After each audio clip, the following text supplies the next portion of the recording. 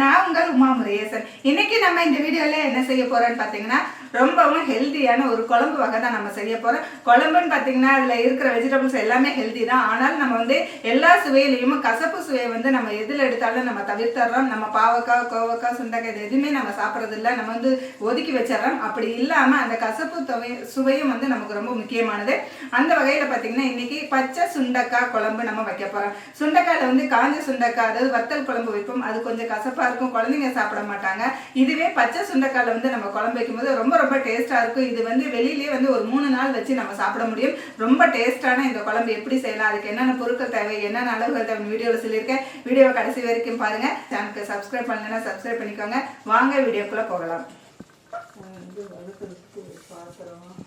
பச்சை சுண்டக்காய் புளிக்குழம்பு செய்யறதுக்கு தேவையான பொருட்கள்: 100 கிராம் பச்சை சுண்டக்காய், அடுத்து 150 கிராம் சின்ன வெங்காயம், 150 கிராம் தக்காளி, 50 கிராம் வெள்ளைப்பூண்டு, சிறிதளவு கருவேப்பிலை, 25 கிராம் கொத்தமல்லி தூள், 10 கிராம் வரமிளகாத்தூள், 5 கிராம் மஞ்சத்தூள், 5 கிராம் வந்து பெருங்காயத்தூள், 5 கிராம் வெந்தயத்தூள், 100 ml நல்லெண்ணெய், 5 கிராம் கடுகு, 20 கிராம் புளி, 4 டீஸ்பூன் தேங்காய்.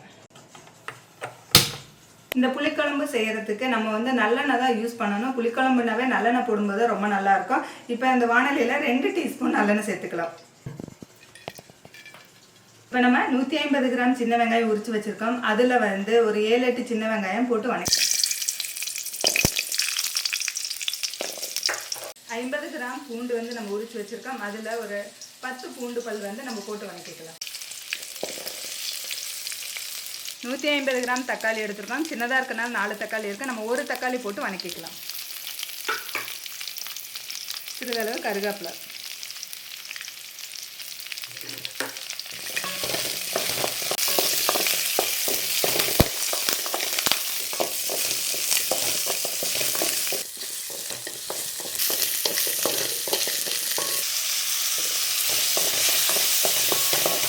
இப்போ நம்ம 2 டீஸ்பூன் கொத்தமல்லி தூள் எடுத்துருக்கோம். அதையும் சேர்த்து அதில் வணக்கிக்கலாம்.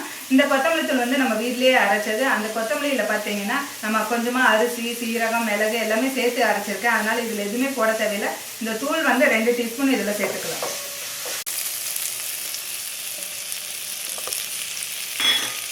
அடுத்தது 1 டீஸ்பூன் வரமிளகாத்தூள், அதையும் சேர்த்துக்கலாம். 1/2 டீஸ்பூன் மஞ்சத்தூள், அதையும் சேர்த்துக்கலாம். அது கூட 4 ஸ்பூன் தேங்காய் சேர்த்துக்கலாம்.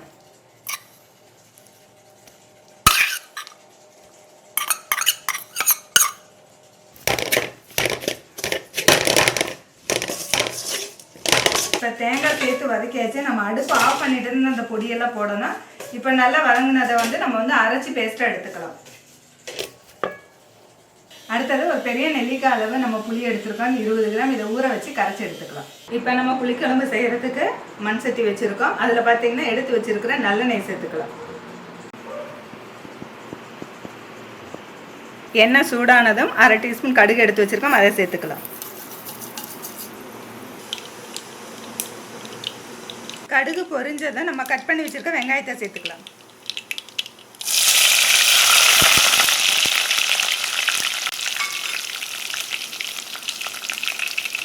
அடுத்தது உரிச்சு வச்சுருக்க பூண்டு சேர்த்துக்கலாம்.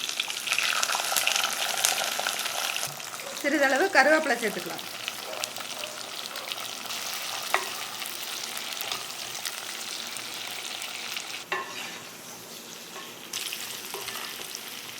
அடுத்தது பார்த்தீங்கன்னா சுண்டக்காய் நம்ம முழுசாக போடக்கூடாது, அதை வந்து தட்டிட்டு நல்லா கழுவிட்டு எடுத்துருக்கோம். இதையும் சேர்த்து நல்லா வதக்கிக்கலாம்.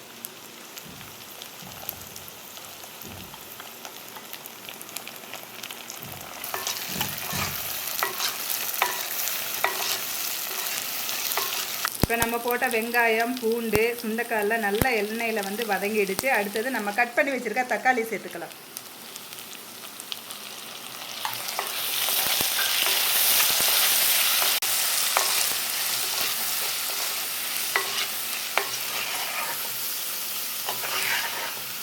இப்போ நம்ம சேர்த்த தக்காளி நல்லா வதங்கிடுச்சு. அதுக்கப்புறம் நம்ம வதக்கி வச்ச மசாலா வந்து நம்ம அரைச்சி எடுத்துகிட்டு வந்திருக்கோம், அதையும் இதில் சேர்த்துக்கலாம்.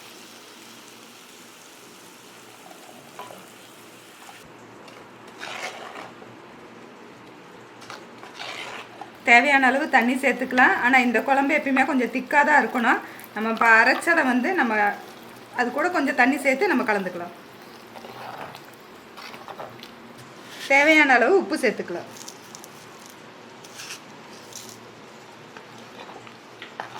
இப்போ மசாலாலாம் சேர்த்தாச்சு.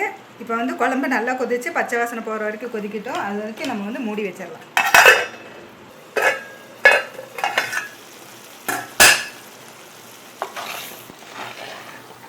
இப்போ பாருங்கள் குழம்பு நல்லா கெட்டியாகிடுச்சு, நல்லா இருக்குது. இப்போ நம்ம வந்து குழம்பெல்லாம் நல்லா பச்சை வாசனை போயிடுச்சு, நல்லா வதங்கி வந்திருக்குது. இது கூட நம்ம வந்து கரைச்சி வச்சுருக்க புளியை சேர்த்துக்கலாம்.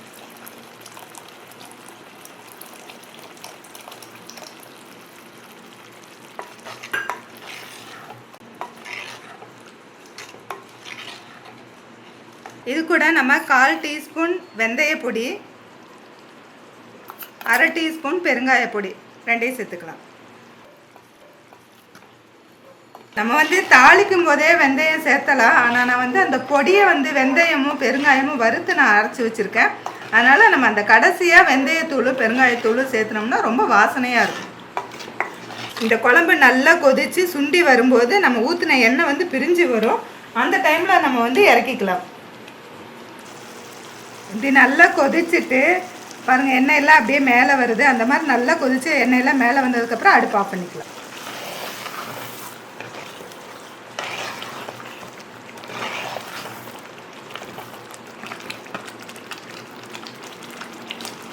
குழம்பு ரெடி ஆயிடுச்சு. இப்போ நம்ம அடுப்பு ஆஃப் பண்ணிக்கலாம்.